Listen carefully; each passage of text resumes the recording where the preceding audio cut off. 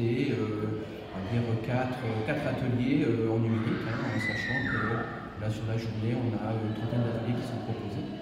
Et donc les élèves auront la participation sur 4 ateliers.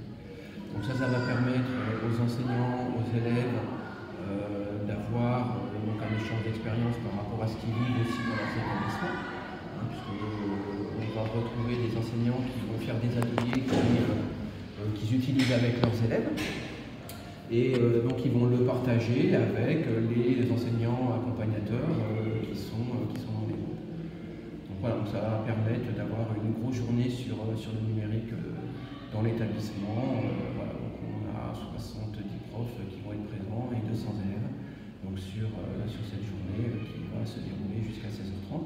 Et à 16h30, donc on aura un rassemblement global où on fera le bilan de la journée. Donc voilà, je pense que ça va être une journée riche en expérience et en travail. Voilà. Merci. On est aussi, hein. Vous avez une feuille de route avec le groupe, etc. D'accord. Est-ce que quelqu'un sait ce que vous devez faire? Oui. Est-ce que tu peux le dire, s'il te plaît? En fait, nous devons accompagner les élèves. Il y a des primaires. CM2 et des 6e. On doit les accompagner dans différentes les ateliers. salles pour faire des ateliers.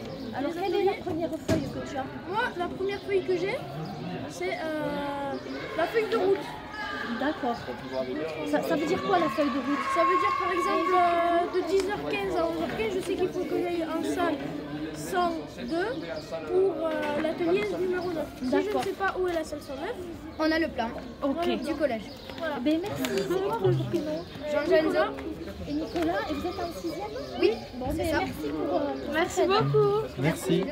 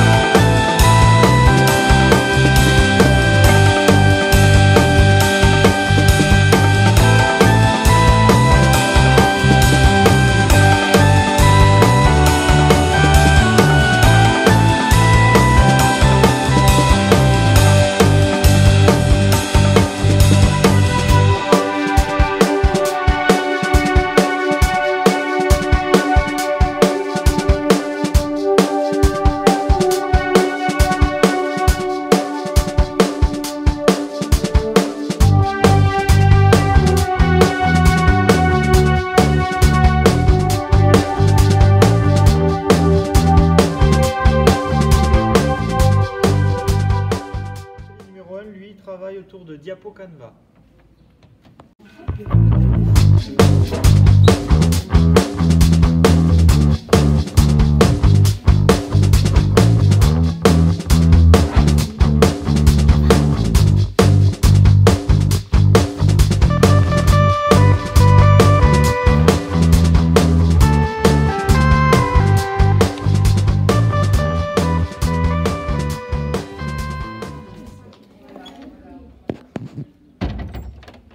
Alors nous voici à l'atelier numéro 2 où nous travaillons eMindMap Kid.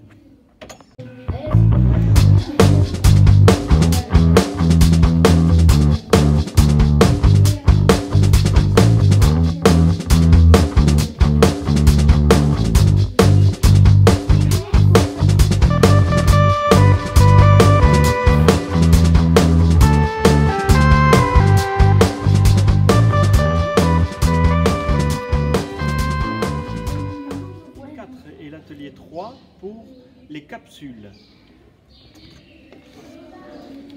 Alors moi c'est un atelier capsule vidéo, donc en fait les élèves vont faire des capsules pour apprendre votre...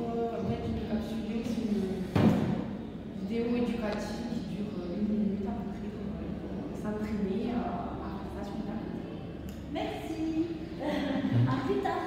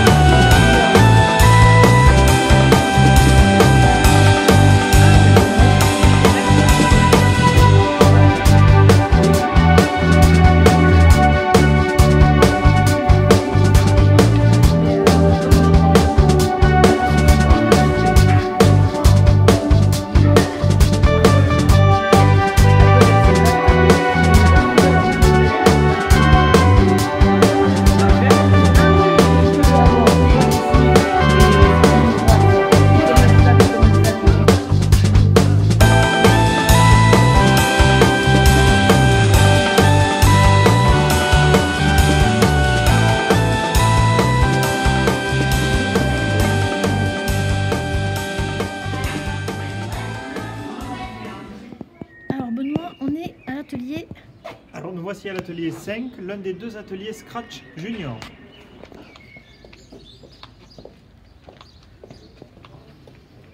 Donc ici nous voici à l'atelier 6, l'autre atelier Scratch Junior. Quand j'ai avancé de 10 cases, je vais lui dire tout simplement de vous dire bonjour. Pour cela, comme je vous ai dit tout à l'heure, je vais rajouter la... Ah oui, regardez ce que on va chercher.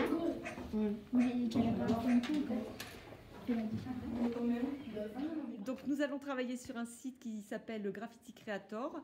Donc on va mettre chaque enfant sur un écran pour qu'il puisse choisir une typographie et se servir des outils qui sont proposés sur le site pour modifier cette typographie et ensuite enregistrer, qu'ils puissent repartir avec leur graphe imprimé. D'accord, voilà. Merci beaucoup.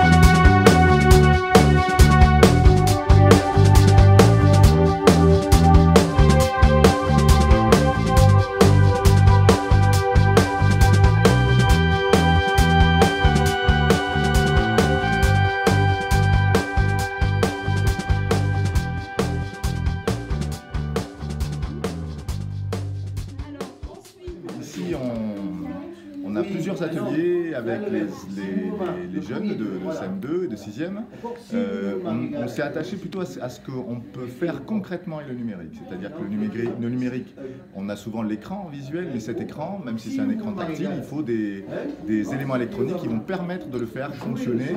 Et du coup, il faut que les enfants se les approprient. Alors, une première chose qui intervient sur l'électronique, c'est la programmation. Là, ils vont programmer. Vous filmez avec un appareil qui est bardé de capteurs, qui est truffé de capteurs. Ben, les enfants, là, ils vont programmer un capteur de mouvement qui est un petit peu gros avec un Raspberry.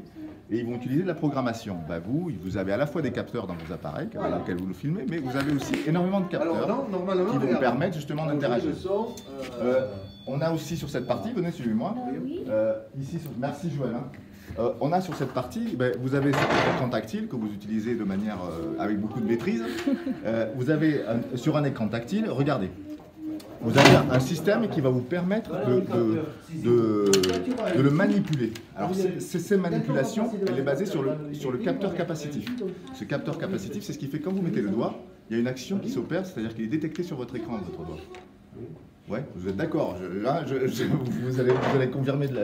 Voilà. Alors, mais ce phénomène-là, qui est appelé le capteur capacitif, il faut les brancher les fils quand même, parce que...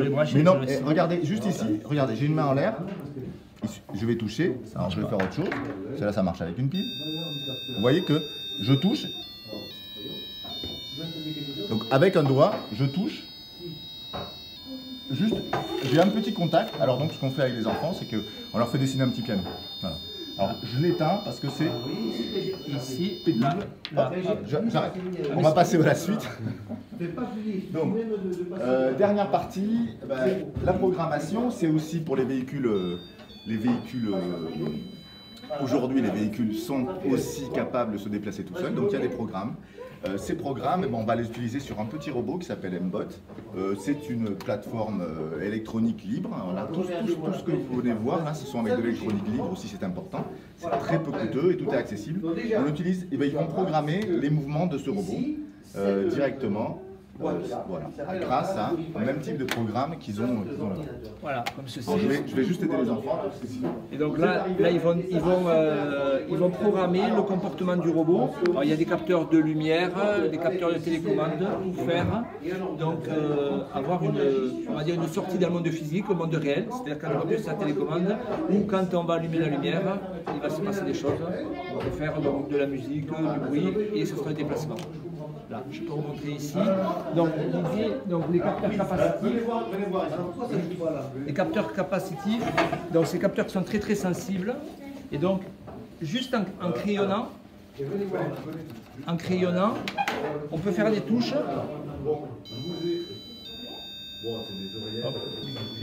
On peut faire comme ça, juste en crayonnant. Voilà. C'est d'une extrême sensibilité, c'est la même technologie sous forme de... on va dire sous forme de matrice au niveau des écrans, j'ai un téléphone portable, c'est la même chose, la même technologie comme ça, sous forme de matrice, et ça repère quand on appuie à un endroit, le X et le Y, et du coup ça détecte le clic. Voilà, c'est exactement pareil. C'est une technologie capacitive. Ça peut même marcher sans contact. Des fois sur le téléphone, il arrive que on n'a pas cliqué, on était très proche et la commande a été prise.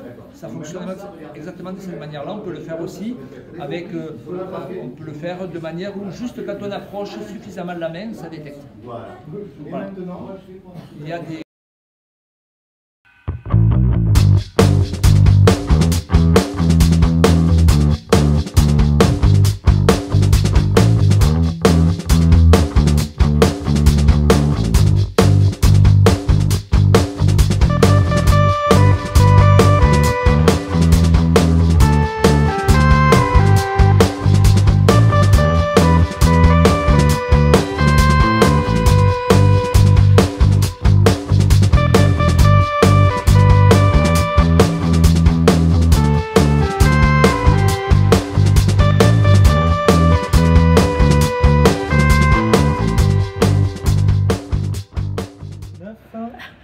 À l'atelier 9, le dessin 3D. Donc ici, je leur fais travailler sur un logiciel qui s'appelle 3D Slash, qui leur permet à partir de formes simples, donc carré, cylindre, sphère, cône, de créer des objets, donc soit par enlever la matière, soit par la rajouter. Donc a priori on était parti sur Star Wars, mais très peu ont suivi, donc beaucoup sont sur des maisons où on a des fleurs. Il y en a quelques-uns qui essayent de faire l'étoile de la mort dans Star Wars. Voilà, donc l'idée c'est qu'ils travaillent à partir d'un logiciel en 3D pour fabriquer des pièces. D'accord, merci.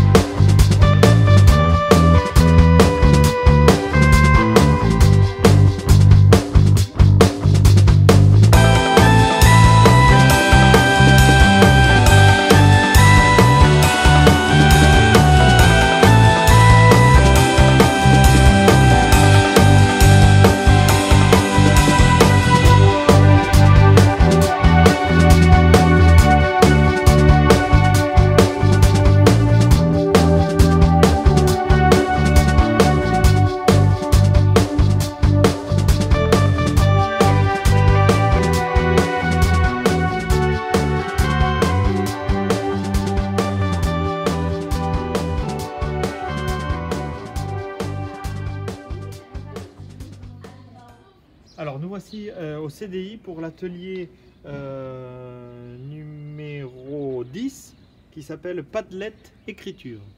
Donc on se demandait quel atelier vous aviez animé. Le principe du cadavre exquis. C'est-à-dire que les élèves vont travailler à partir des éléments du conte. Ils vont chacun prendre un petit élément. Donc il y en a qui vont travailler sur la situation de départ, il y en a qui vont travailler sur le héros, il y en a qui vont travailler sur les épreuves à subir, avec un ami, avec des ennemis.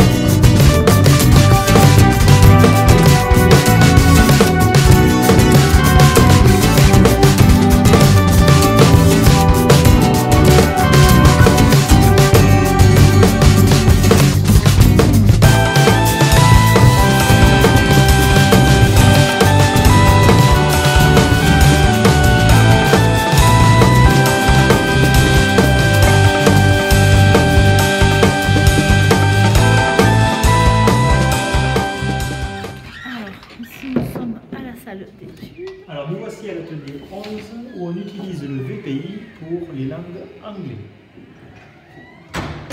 Donc Isabelle, tu vas présenter l'atelier. Alors je vais présenter un petit atelier avec un tableau interactif donc, sur la météo. On va jouer à Monsieur Météo, Madame Météo. Donc un petit groupe, ils vont travailler sur rédiger un petit dialogue, vocabulaire et tout ça. Et puis après, on se filmera en faisant Monsieur, Madame Météo, grandeur nature. Voilà. Merci. Donc, on est à l'atelier. Super. Avec des prompteurs, de tout. Oh, génial. Allez.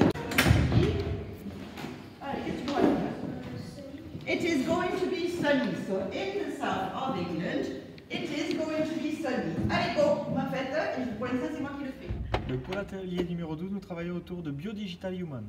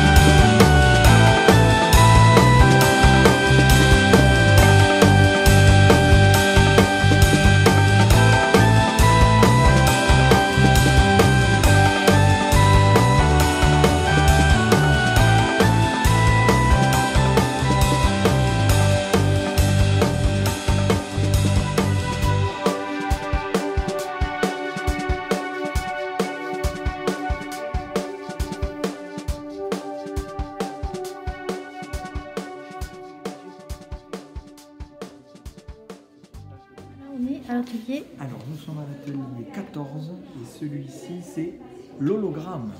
On y va? Bonjour Léna. Bonjour.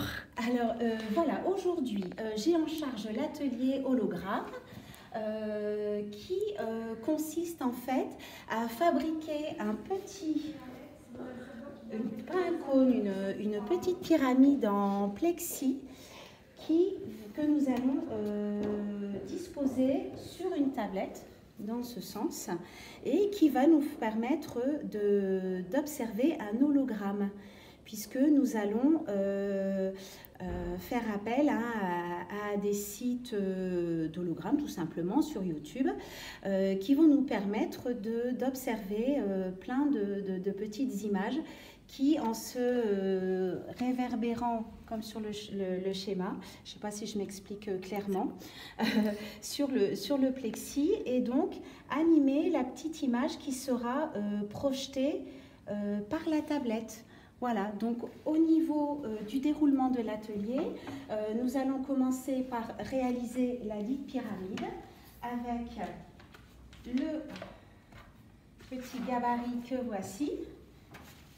Le transparent, voilà, donc il s'agira de reporter le motif du gabarit sur le transparent, de le découper, de plier, d'assembler afin d'obtenir notre fameuse pyramide. Et ceci étant, nous allons nous rendre par ici. Attention, il fera noir, je vais peut-être allumer parce que du coup, voilà, c'est ici. Et alors, une fois qu'on aura disposé la tablette, la petite pyramide, il s'agira de se positionner comme ceci pour pouvoir observer l'hologramme, donc le petit objet qui prendra vie. Voilà, en espérant que tout se déroule bien et que je sois à la hauteur de mon petit challenge du jour. Merci. D'avance, merci, à bientôt.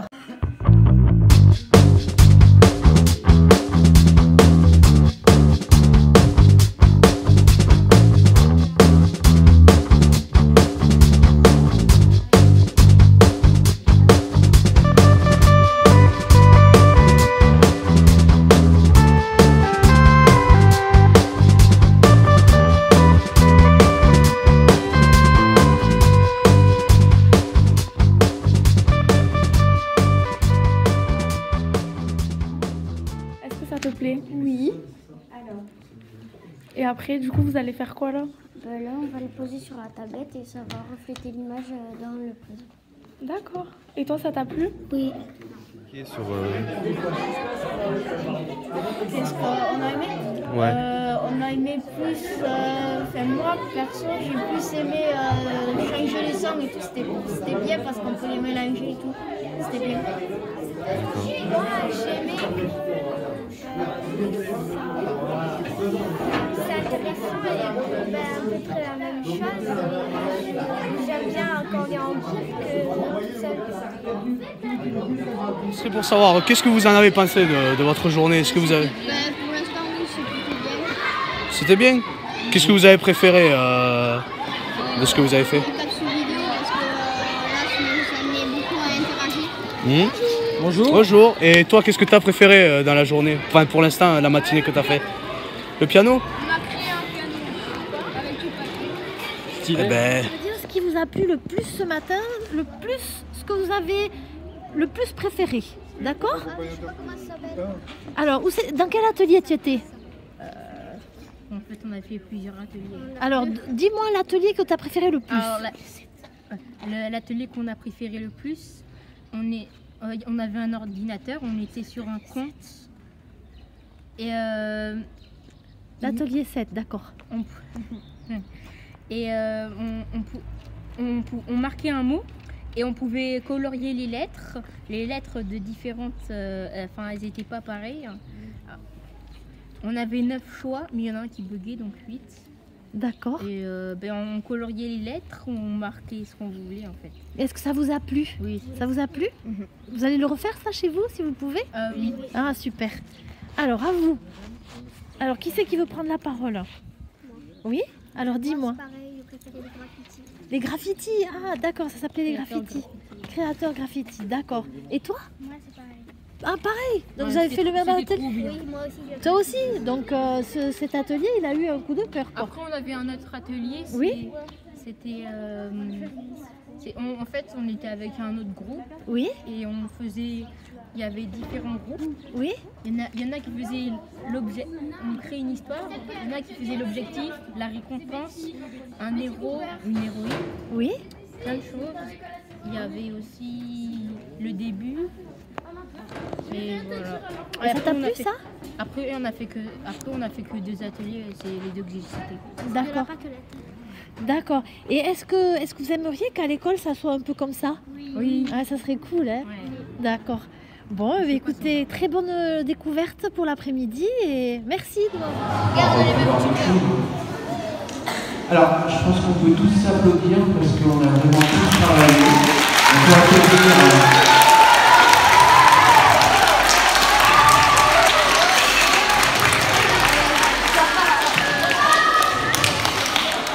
Donc on peut remercier tous les enseignants, parents, cadres, personnel de l'enseignement catholique, la commission numérique.